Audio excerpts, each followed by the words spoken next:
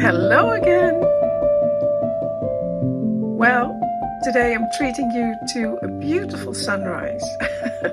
And the days have been really cold and it's been freezing, but then you do get beautiful sunsets and sunrises, so that's a bonus.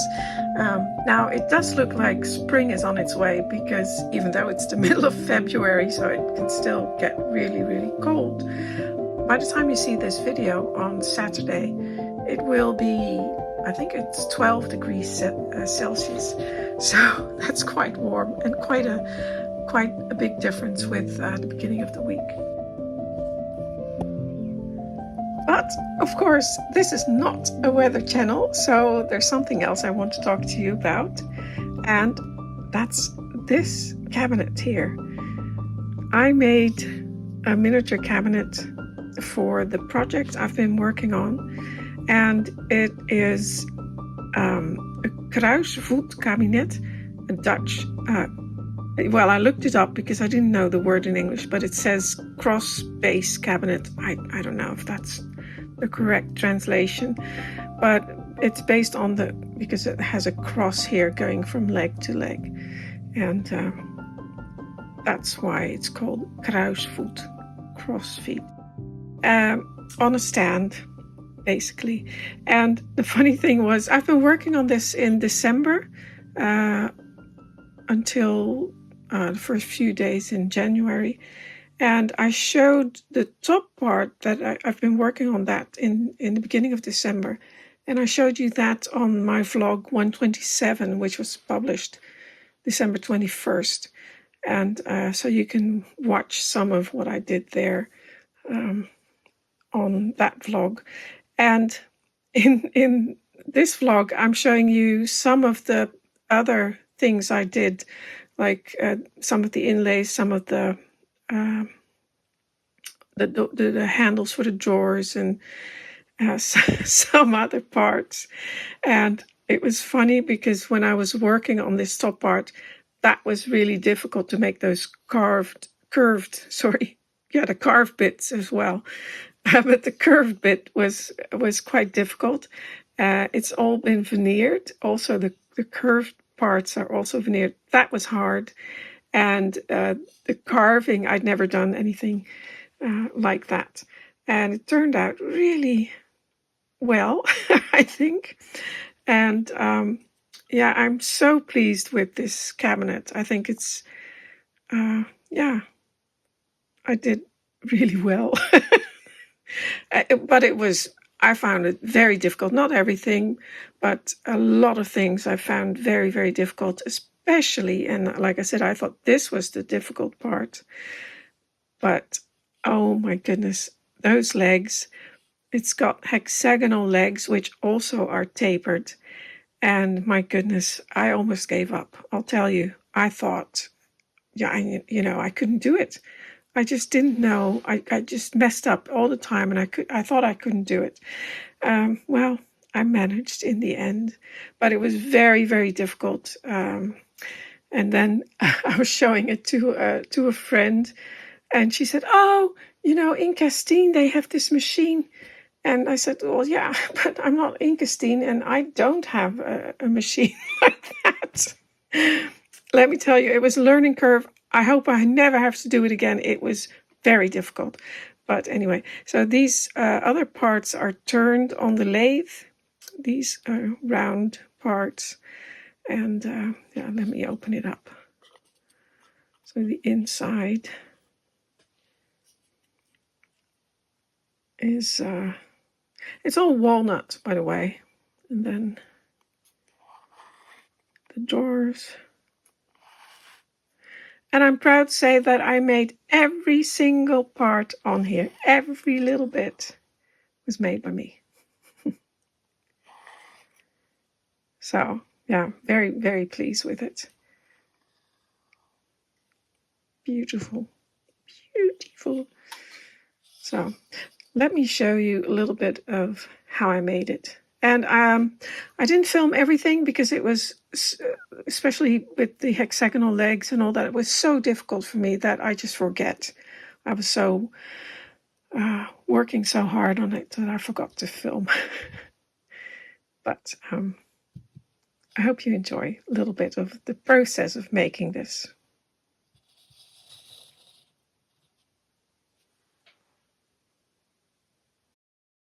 First, I'll show you some of the clips sped up of vlog 127, where I've explained how I made the top part of the cabinet with the doors, the hinges, and some of my process of choosing color and staining all the pieces. Also, I'm explaining how I made the top, which I did with my milling machine, but not the way I explained it in last week's video, but this is a different technique. And I will explain that and show you how to do that as well some other time. But here, this is for the top part, I used the milling machine as well. Also, I did some carving because there's an ornament at the top of the cabinet. And it took me a full day to carve this. I wanted to show you something, and don't mind the mess on my desk. I'm working on the top of the cabinet, and it has a curved top. And the real cabinet, which this is made after, and it's I'm trying to copy it as closely as I can.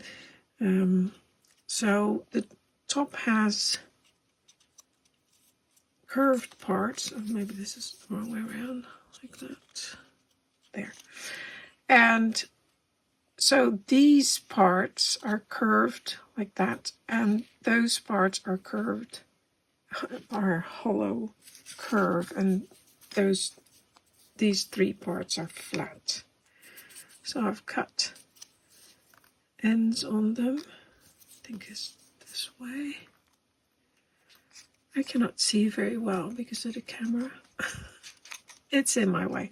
So I've cut these parts, and I've cut grooves on the ends so they fit in there, because once they're curved, you're not going to be able to, well, it's going to be very difficult to make grooves in a curved part. I'm sure it's possible, but I'm not going to attempt that at this point. I boiled some water, put those pieces, they're the same, they're in here. Same, I just cut a few extra in case it goes wrong. I don't have to do it again. And of course this is boiling water, so I dropped them in, and they've been in there for about 2 or 3 minutes now. And what you can see is that they have the natural tendency, because the grain of the wood is running along from left to right here. So for me, that's lengthwise. And the wood naturally is curling up. See, in here you can see I've cut those grooves. Can you see that? Yeah. Now what I'll do is I've got some rubber bands, and I've got these jars of, well, actually the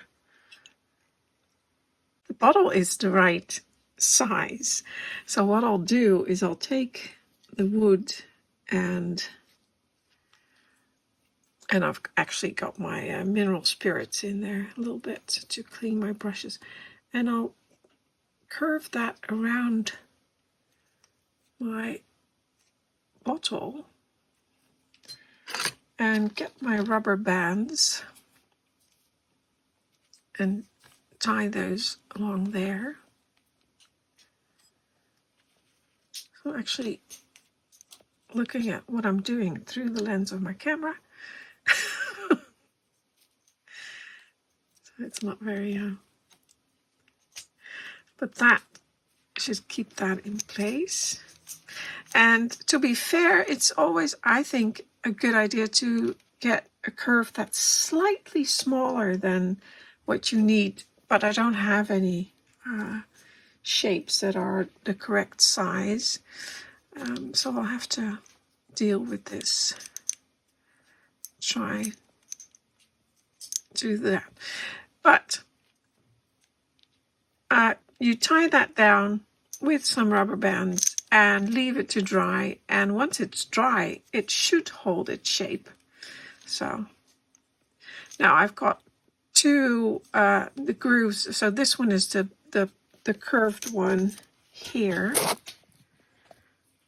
the bottom one, and the other one, unfortunately, I have to bend the other way. So, well, maybe if I try the other two that I cut, they might go the other way, because I didn't really pay attention to the which way I cut them. And I think I cut them from both ends of the board. So they might, I'm not sure how that works, but they might curve the other way. So I'll try, I have two more, so I'll try that. So this one is the same as that, so I don't really need that.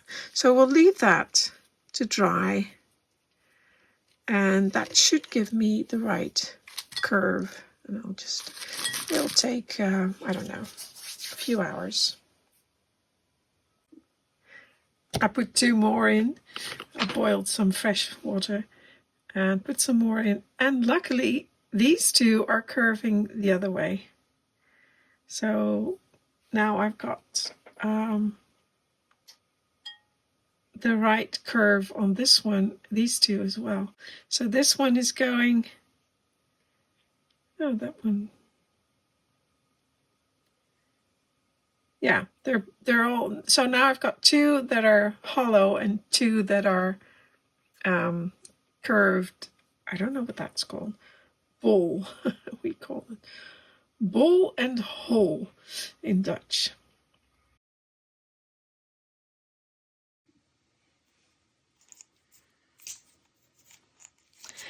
I've taken off the one of the shapes of the from the bottles. Here is the what is that called? Convex. I remembered when I was testing this one, and I all of a sudden I thought, oh, it's called concave.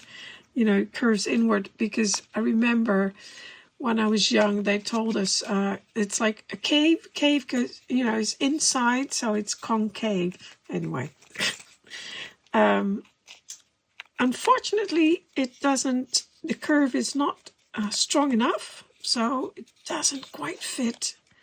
Doesn't on the other side as well, either. I mean, so it needs a slightly stronger curve. So what I thought I'd do is make some cuts on here, like halfway through, and see if I can bend it even more. And I did actually find smaller bottles, and I tried bending them around there, but as you can see, the wood split. So that doesn't work. I mean, it's too, the curve is too tight for it to do that in one go. But I could try and cut some edges on there, or I mean some cuts in there, so that it might bend more easily. So we'll see. Now this one, so this is the convex one. That goes, let's see if it's the correct size here. Oh, well, actually, that fits really well. Yeah, that fits really well. So this bit is the flat bit. That's this piece that goes on there. So then it should, they should meet up. And then this over here. Yeah, that's pretty good. Yeah, that is quite good. So the convex shape fits, but the concave shape doesn't. So, okay, I'll try and make some cuts and wet it and try and wrap that around a smaller bottle. We'll see what happens. Right, I've cut some grooves in the back here all along, and I'm going to drop that in there and pour some boiling water on it. And let's see what happens, whether I will be able to curve that some more. Ooh. I actually expected that to curl up more than, actually it's kind of flattened. I thought it would curl up more than it does now. Well, we'll see. I'll leave that in there for a few minutes, and then I'll do the same as I did before, just using this smaller bottle. And yeah, we'll see what happens. It's starting to flatten out a lot. I've been working on this for another few hours, and I now have the top fitted, and there's so many angles, and they're curved, and it's just and one of the pieces, I was working on it and I was cutting it. I was actually using the sander, and it went pew, and I could hear it fall, but it fell into the wood pile. So yeah, that was gone. I'll probably find it. That's the second piece that disappeared in there. So I decided, I looked for it for a little bit, and then I thought, well, that's not gonna happen. I just had to cut a new one. So it's like a little puzzle, and they all fit together. And now I have to stain them, and then I can glue them together. And then the top is done as well. And this flat piece, that's where they usually put some vase or bowls, and actually on these pieces as well. But they're very small and on the corners. So I'm not going to varnish that. I don't think they did that. I have a cabinet, an 18th century cabinet as well, and that top is not varnished. It is darker though, so I'll stain it, but I won't varnish. Or I used shellac, but I'm not going to do that. I'll just leave it matte.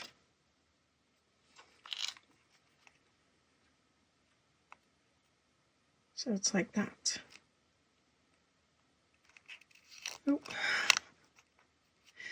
Like I said, it's like a little puzzle. It all fits together, snaps into place. But I really like it, even though it was a lot of work.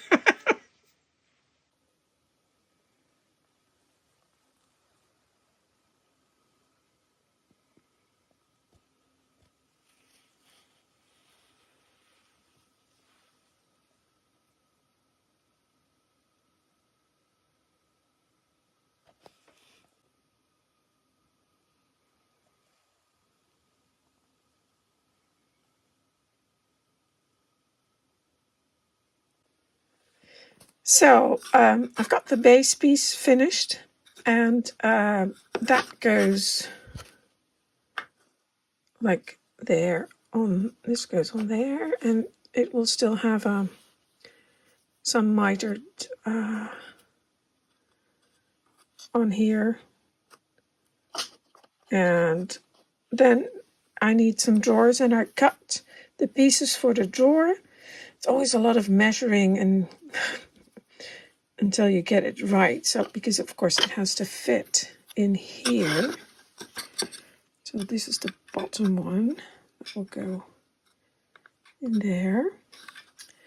But it also has to be veneered, because the front has been veneered, and it will also have a little bit of banding around it. This is part of the leg, because there will be legs under here as well, and these wider parts are part of the legs. So the front of the drawers will also be veneered, and it will be similar to the veneer on the doors, except for the crossbanding won't be on there because the drawers are just too narrow. You won't be able to get all that on there. But it will have this thin light colored edging, which I've already cut, and I'll have to glue that on. But first I have to cut the burl wood center, and I have to glue that on, then finish that, make the drawer fit, then sand the whole drawer, the whole front flat, and make the handles, because I haven't made the handles yet. So I have to cut those out as well, out of brass. It's also a lot of work, but I'll do that tomorrow. Tomorrow's Christmas Day. I'm not doing anything special, just working on the cabinet. But yeah, so I'll be doing that.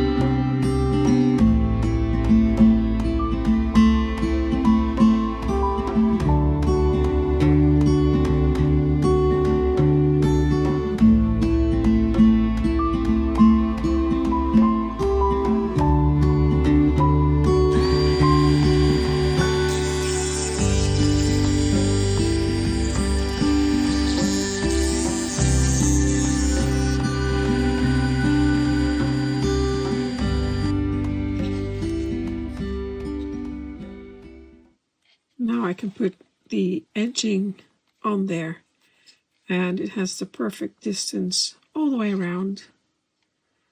So, neat trick. I learned that in a Jeff Wonnacott class during Miniature in Tune. I think it was 2 or 3 years ago.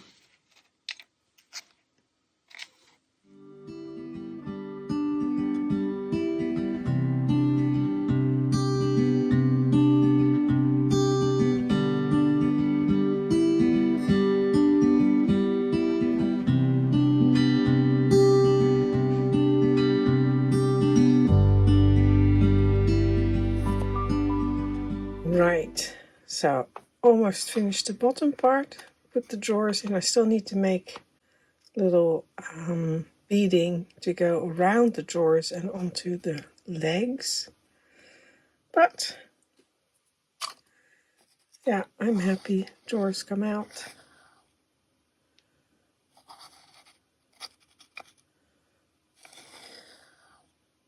Perfectly. All by themselves.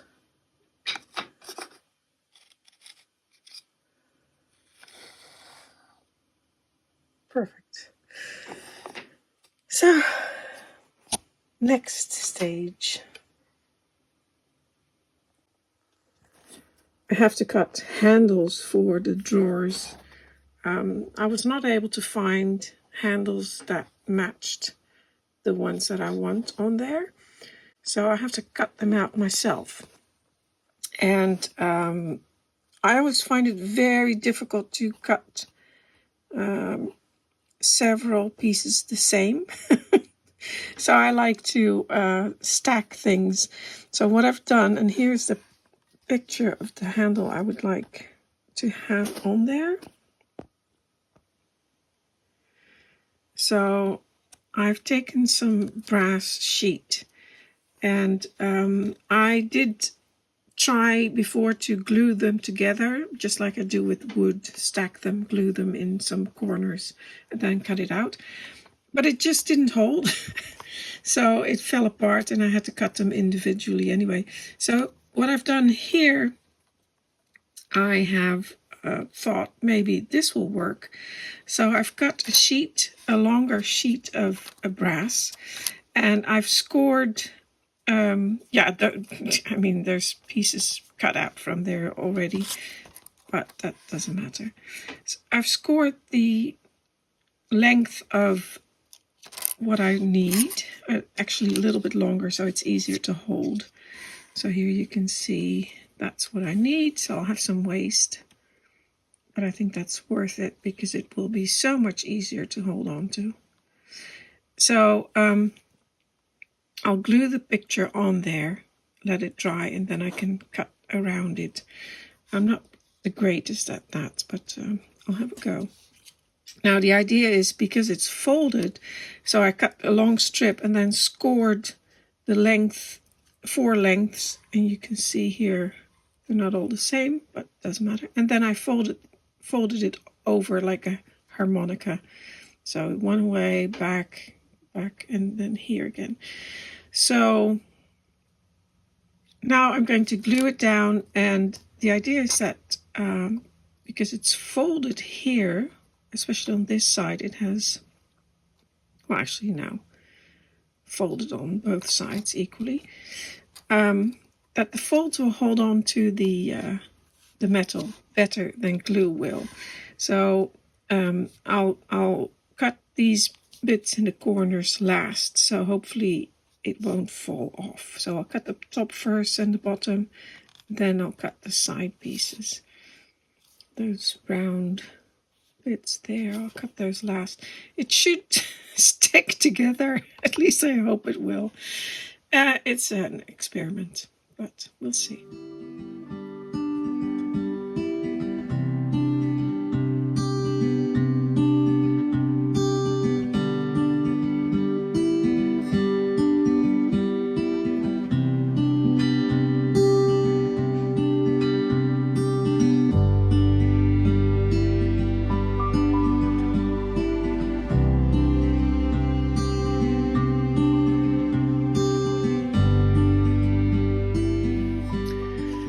That worked really well so far. I was very happy to have something to hold on to on the sides, so that little bit of extra material really helps with being able to work with it.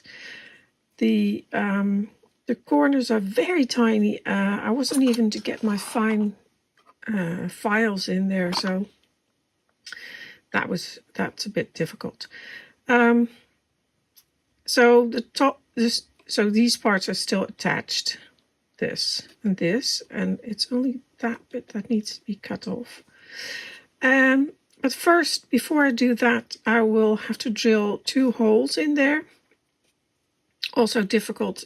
I did that on the other pieces I made, and I had to redo them several times because even though I what is that called? Like with a sharp tool, you punch a hole in there or punch a dent in there so the drill doesn't slip. But still, it wasn't exactly where I wanted it. So I hope it will go well. I'll do my best anyway. And I have good drills, so it's not like the drill was slipping or anything like that. It's just quite difficult to get it in the exact spot. So yeah, I can just about see the place where where the hole should be.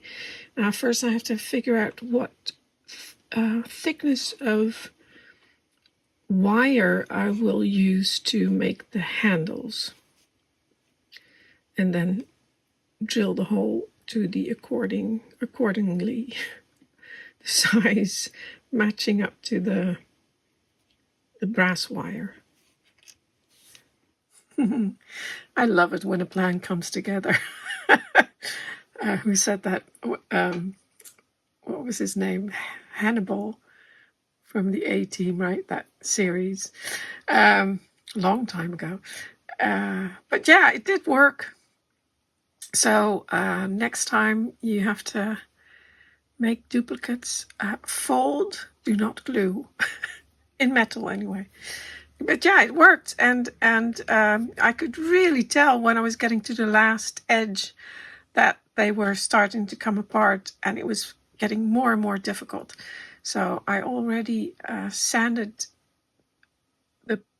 filed really. I tried to sand it, but it was just so small.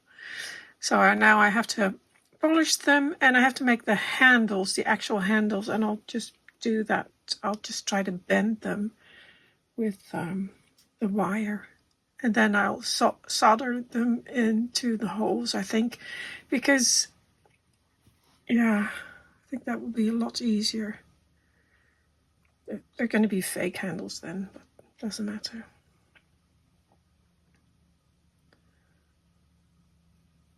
I like it.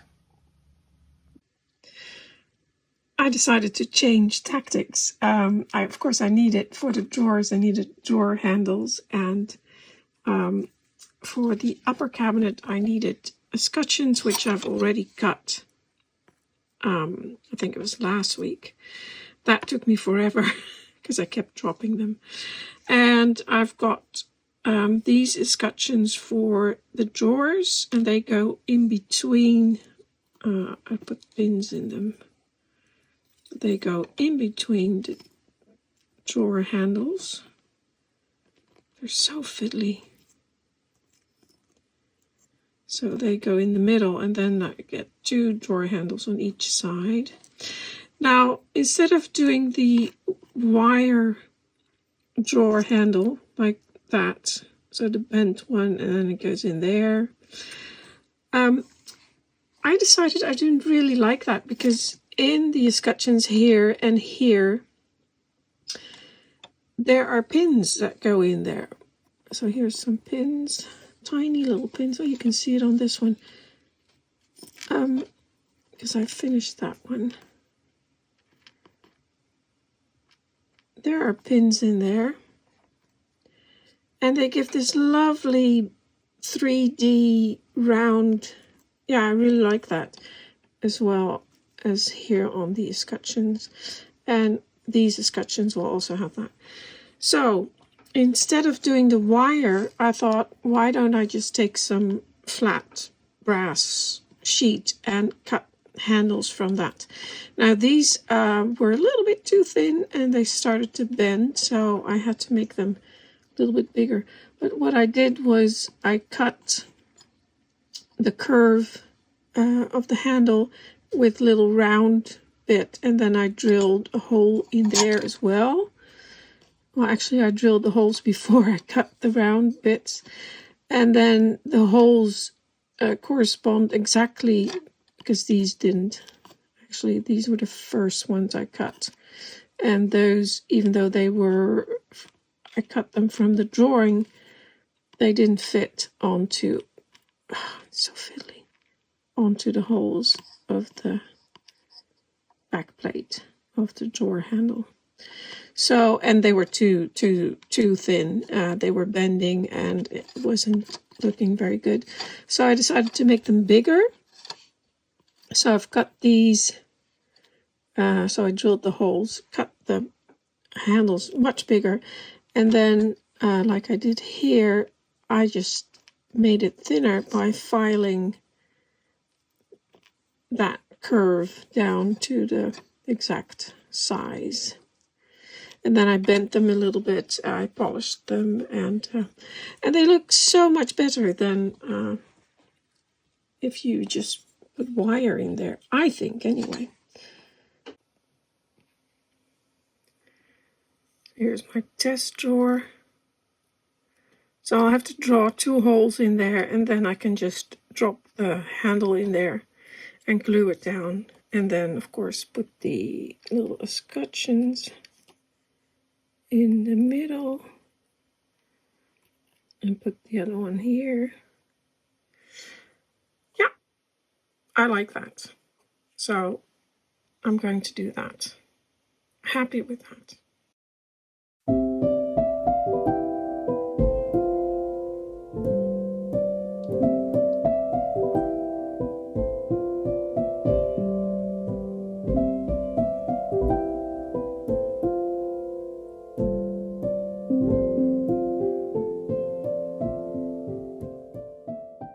I just wanted to show you this quickly. I just spent some time on drawing out the cross. I don't know what that's called. We call it a cross leg, cross for the legs of the cabinet I'm making. So the legs are going to be here on the corners, and there's going to be this cut out. So this is the wood, and it's going to be repeated here and there. And usually what I do is I make part of the drawing, and then either I photocopy it and flip it, and then I add that flipped part to the original. And I did that. I made wasted 3 copies on that. But apparently my photocopier, you cannot flip the image on the copier itself. You have to scan it and then flip it in, with the scan, that program, in the scanning program. And then if you print it, it just turns out ever so slightly smaller. So I tried to adjust it to get the size exactly the same. I've wasted 3 prints on that. So I decided I'm not going to do it. I'm going to do it the old-fashioned way, is just cut it. This is a photocopy. This is not the original drawing. That's safe. And I actually managed to spill, look at all these stains here. I spilled my white spirit, my bottle of white spirit on it. I opened it and accidentally, it was all over my jeans, and Anyway, but it's like an alcohol, so it will evaporate. But it was where I cleaned my brushes, so it's a bit dirty. But anyway, the drawing is fine.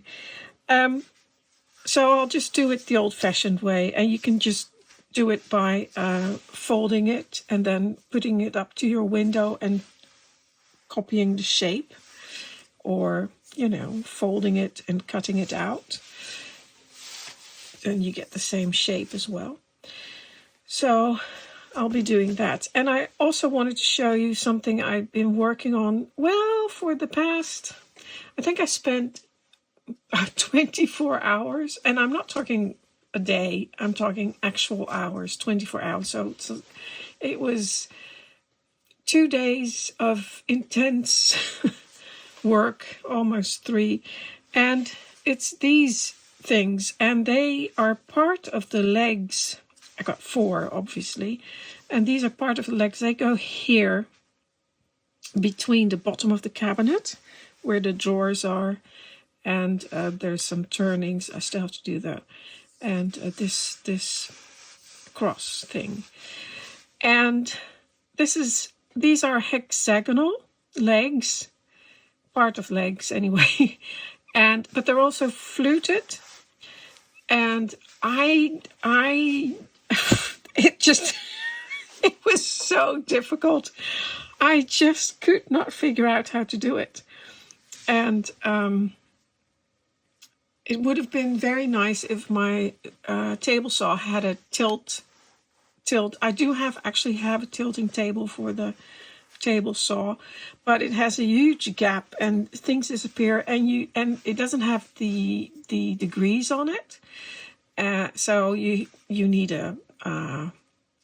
some kind of block, and it's just it was so frustrating trying to make these things, and I'm already a little bit angle challenged, so it's difficult for me.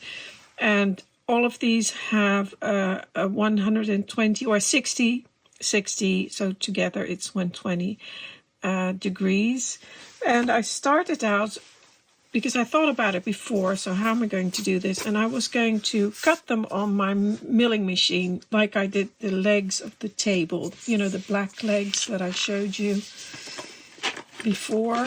These, the ebony legs, these, they're tapered as well, and I cut those on my milling machine. So I made a jig, or many jigs actually, to try and do this. And I will show you my first results of trying to make these hexagonal legs. There we go. That was the result of my first 2 attempts. I mean, that was one, and then I did another one with different, it's like a cradle where they were laying in. I don't know if I have it here, the jigs that I made. I don't know where they are, but I thought I'd show you these. I had a good laugh. I mean, it was frustrating, but I had a good laugh. Now, these were square to start. No, they were not. They were, well, not square, but what are they called? They're not square, look.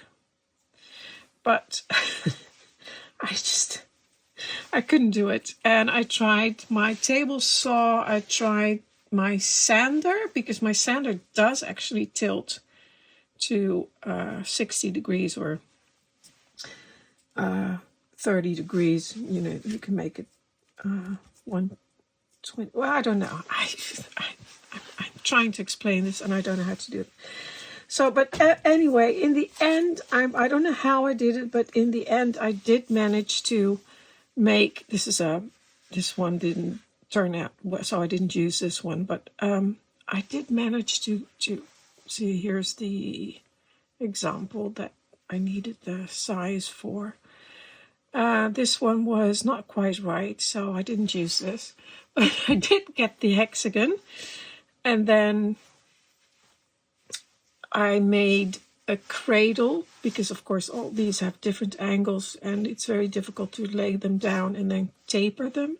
So I made a little cradle that holds the piece in place to cut the taper on them. Well, that was a struggle as well. I mean, everything is so tiny, and yeah. It was hard. Yeah, my fingers and my hands are incredibly dirty, but that's all honest work.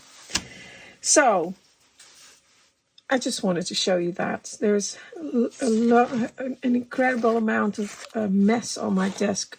All these pieces are left. Here's, it's not this one. I don't think I did that one right. There's a couple.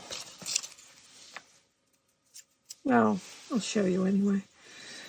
So to make the hexagon, the middle pieces, because you're going to cut those bits away at the angles, and it's not a square, it's more of a rectangle.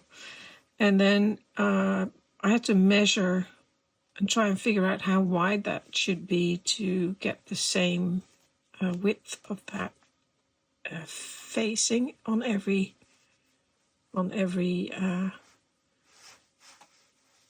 part of the hexagon.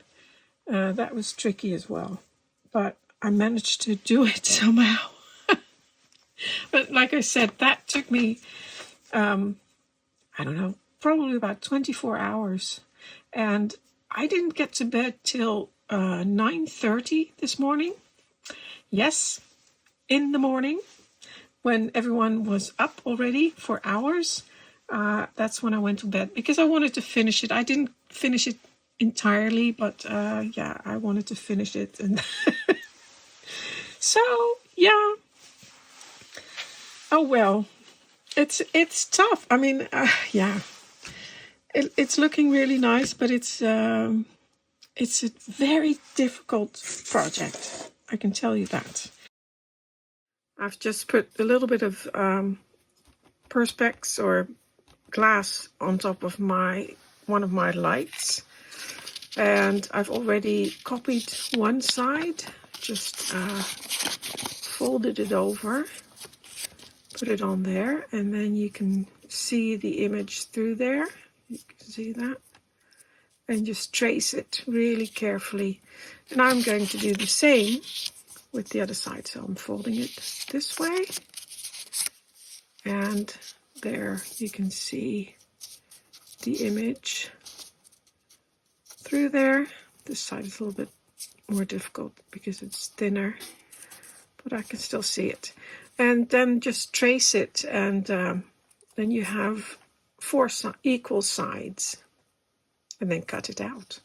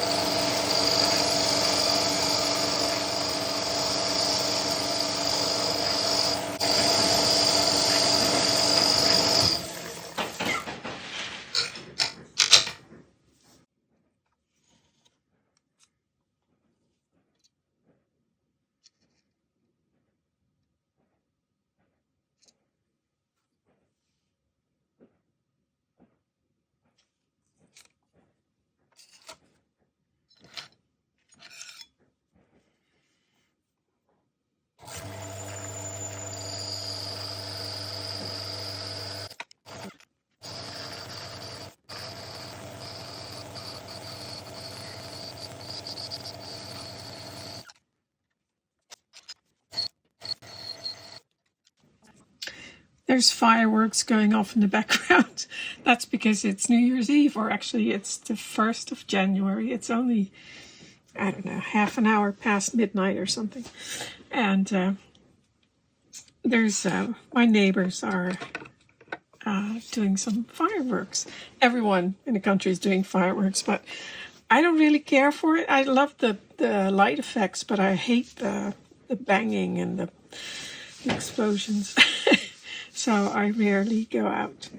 And if I do go out, I usually wear headphones to lessen the noise.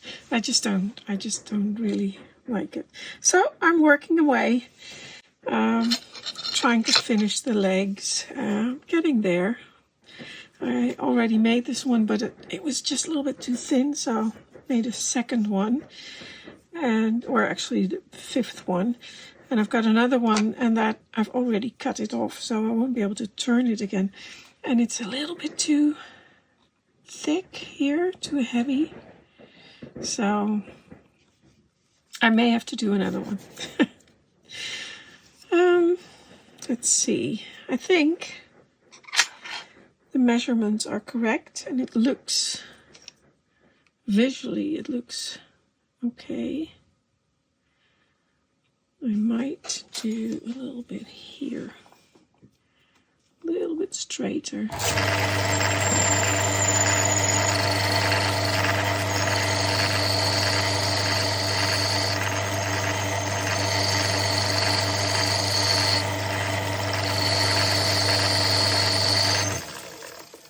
There, that's better. Yep. Oh, my light. I guess my light's telling me it's time to go to bed. No, it's not on the timer. It just does that from time to time. It just turns off by itself.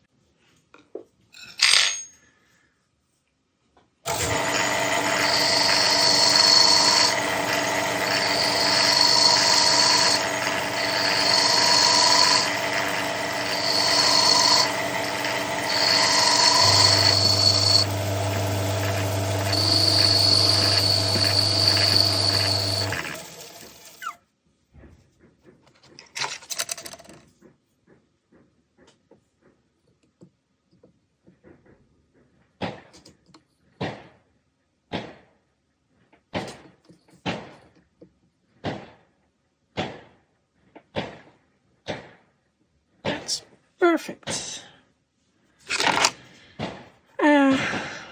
Now I have to cut that down because I need little like a dowel to go into the other part of the leg, because I've cut holes in there, so it has to go in there.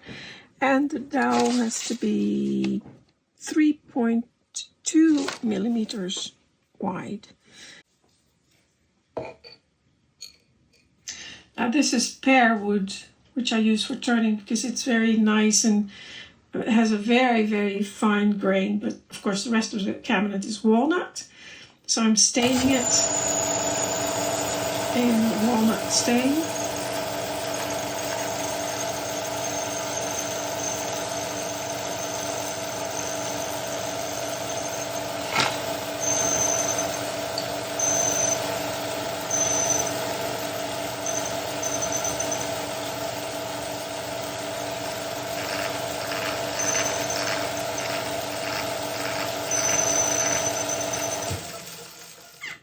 Perfect.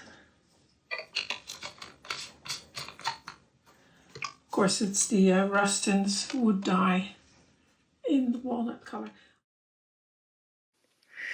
Well, as I said in the beginning, I didn't have any footage of when I was making those legs and when I put them together. But again, everything was veneered except for the turn parts on the feet, which I turned on the lathe. So there's 3 on each leg. And then all of these hexagonal parts on the legs are veneered. Also the cross down here is veneered. And I just cut that out. I just showed you how I did, the drawing. And I just transferred that onto my wood. Like again, it's walnut. And then I cut it out. And there's dowels in here in the leg to keep them all central. So it's straight, which again, it's not as easy as it looks. I mean, you sort of forget that how difficult it is to get, if you're stacking all these things, how difficult it is to get it straight. But, I managed, as you can see. Yes, I'm quite proud of myself. I think I can say that. So, yeah, love it. Very, very, very nice. I should have made 2. I didn't have time. And I'm not doing it again. Goodness me. So, well, that's it for today. I hope you enjoyed that little peek into my work process of this 18th century miniature cabinet. And thank you for watching. Until next time.